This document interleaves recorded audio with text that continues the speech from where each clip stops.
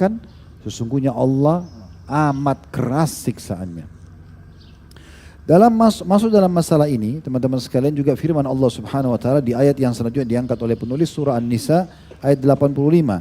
"May yashfa' syafa'atan hasanatan yakun lahu nasibun minha wa may yashfa' syafa'atan sayyi'atan yakun lahu kiflun minha wa kana Allahu 'ala kulli syai'in muqita." Barang siapa yang memberikan syafaat yang baik, dukungan yang baik terhadap perbuatan-perbuatan yang baik. Tentu baik ini di pandangan atau di syariat Allah Subhanahu wa taala. Bukan pandangan individu, karena orang-orang non-muslim pandang mabuk itu baik-baik saja. Pergaulan bebas baik-baik saja. Islam memandang itu buruk. Ya. Jadi siapa yang memberikan dukungan yang baik, niscaya ia akan memperoleh bagian pahala darinya.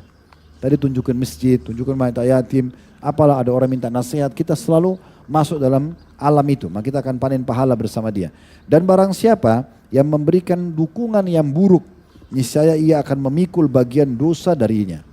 Allah Maha Kuasa atas segala sesuatunya. Jadi kita lihat di sini bagaimana Islam menyuruh kita semua menjadi muslim yang baik, mendukung kebaikan-kebaikan, kejujuran, tanggung jawab, ya apalah bakti sama orang tua, membantu orang susah, segala macam kita mendukung. Ya begitu juga dengan hal-hal yang buruk kita tidak boleh dukung-mendukung, bahkan kalau perlu kita memberhentikan kemungkaran tersebut. Selanjutnya, dalil yang ketiga diangkat oleh penulis berhubungan dengan masalah bagaimana kalau seandainya ada orang yang sudah kena hukum had. Had itu adalah hukuman-hukuman Allah Subhanahu wa taala yang berhubungan dengan hukuman fisik. Seperti pencuri dipotong tangannya, orang berzina dicambuk, kalau belum menikah, kalau sudah menikah dirajam, ya. Kemudian pencuri dibunuh, dihukum mati. Ini semua kalau kepergok dan tegak hujah padanya. Dan yang menentukan hukum ini adalah pemerintah. Kalau ada orang yang sudah jelas-jelas pelaku kriminal, lalu kemudian dia datang memberikan rekomendasi agar orang itu selamat dari hukumannya, padahal orang ini memang orang yang pelaku kriminal, kejahatan. Dan kalau dibebaskan dia akan buat masalah lain lagi, kan gitu. Maka ini berarti masuk dalam kategori dosa besar yang sedang kita bahas, karena dia sedang mendukung kebatilan dan kriminal, itu tidak boleh. Ada orang-orang teman-teman sekalian yang hatinya lembut, subhanallah, ditegur dengan lisan, dia buat salah, dia sadari, oh ya saya salah, ditinggalkan. Itu alhamdulillah, itu sangat baik. Tapi ada orang tidak, subhanallah, harus dengan hukuman, baru dia sadar. Ada orang begitu kan, kita nasihatin tidak mau dengar, 2 kali, 3 kali, nanti tabrakan, nanti dan itu baru dia sadar. Ada seorang anak muda di Saudi, tabrakan, kakinya patah. Subhanallah, ada seorang syekh di Saudi, dia kerjanya, ini ijtihad dari beliau. Dia selalu datang ke rumah sakit terdekat di kotanya. Kemudian dia izin sama pemilik rumah sakit, saya mau menjenguk pasien di sini. Kebetulan karena di Saudi orang-orang di masa itu ya, saya tidak tahu ke depannya, yang menjadi pasien orang-orang muslim semuanya. Maka dia datang, kemudian dia masuk di kamar, dia pamit, dia ucapin salam, dia sampaikan beberapa hadis atau nasihat agar bersabar. Kemudian dia pindah ke kamar sebelah. Begitu kerjanya. Sampai dia masuk kamar, satu anak muda kakinya patah, lagi digantung, ya, lagi diikat. Ya. Maka dia lihat kejadian itu, dia lihat dari semua pasien dia kunjungi hari itu, ini orang yang paling parah karena masih muda dan kakinya sudah patah. Maka dia mengatakan sabarlah dan segala macam. Langsung anak muda itu mengucapkan kata-kata yang mengagetkan syekh ini. Dia mengatakan, syekh, saya justru bersyukur saya begini. Kok bisa kau bersyukur? Kakimu kan patah. Dia bilang iya. Karena saya ini termasuk dulu orang yang sangat lalai dari agama. Semua kriminal saya sudah buat. Kelakuan banyak kejahatan-kejahatan gitu. Tapi subhanallah satu waktu Allah buat mobil saya tabrakan, kaki saya patah. Awalnya saya nggak bisa terima. Berhari-hari saya di sini, saya menangis, saya berkutat, saya teriak. Tapi nggak ada hasilnya. Sampai akhirnya Allah lunakkan hati saya bisa menerima ini sebagai ujian. Dan Anda tahu, sekarang sudah 1 tahun atau 2 tahun saya dirawat di situ, saya sekarang hafal 30 juz Al-Quran.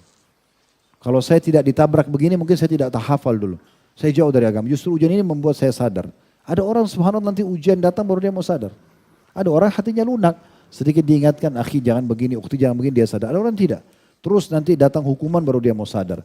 Dan ingat, kalau peringatan Allah sudah datang, yang kecil kita tidak mau engah, maka datang peringatan lebih besar. Yang paling sederhana setiap orang membuat dosa dan kriminal itu adalah rasa khawatir. Orang mau mencuri, orang mau berzina, orang mau berbohong. Pasti ada rasa takutnya kan? Takut ketahuan, takut begini, itu pasti ada. Itu peringatan pertama. Kalau dia engah, dia berhenti, aman dia. Tidak ada hukuman. Tapi kalau dia tetap lakukan, nanti Allah akan buat dilihat oleh orang, mulai tahap selanjutnya. Supaya dia malu.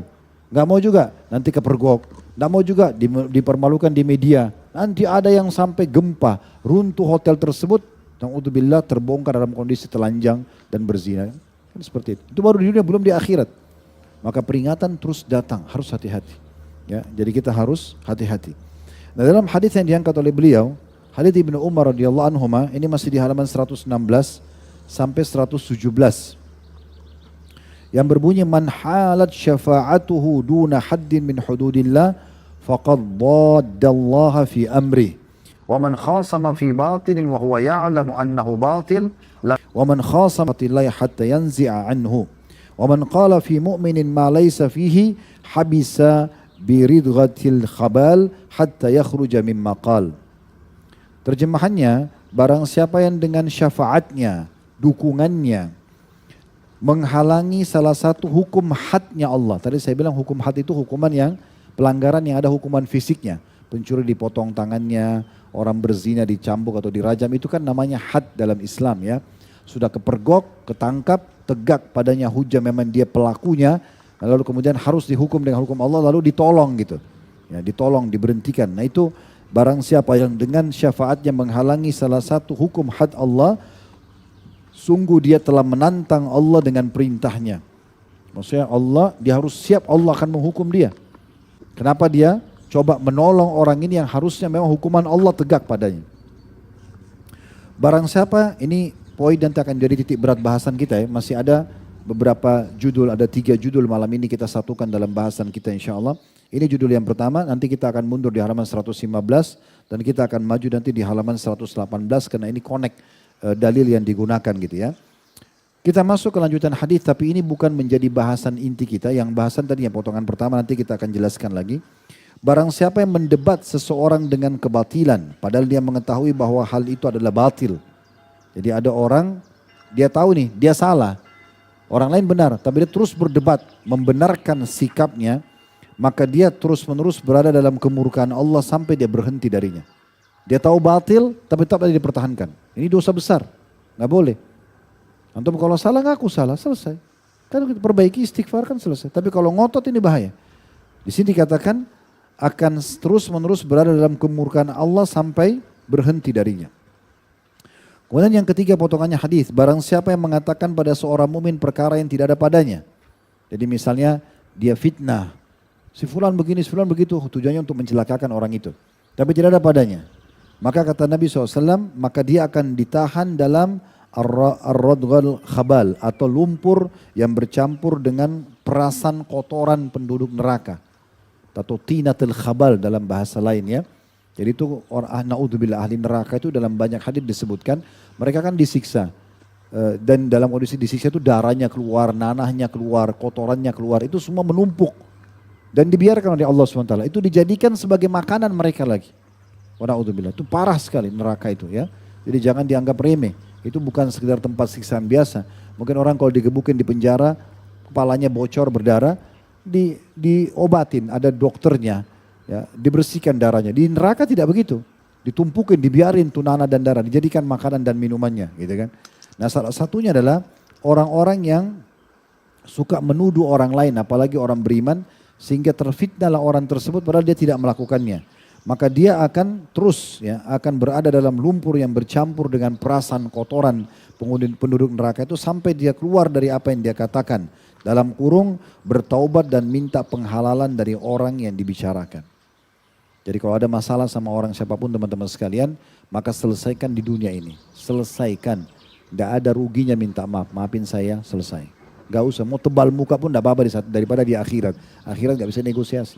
Di dunia pun kalau masih dia bilang, saya mau maafin kamu tapi saya minta 1 juta rupiah. Kasih uangnya, tidak apa-apa. Di akhirat gak ada rupiah. Gak bisa. Contohnya ya. Tapi kalau kita bisa minta kehalalannya sangat bagus ya kita minta maaf sekali. Mungkin pernah ghibah. Karena itu banyak sekali hak-hak manusia yang berbahaya kalau kita langgar ya. Kata Nabi SAW, buku-buku amal hari kiamat yang berhubungan dengan Allah itu masih di bawah masyiatillah. Naungan Allah. Kalau Allah mau Allah maafkan, kalau Allah mau Allah siksa. Gitu kan. Kecuali 1 buku kata Nabi SAW. Buku yang berhubungan dengan makhluk. Pertama perusakan citra. Ini sering gunjing, gosipin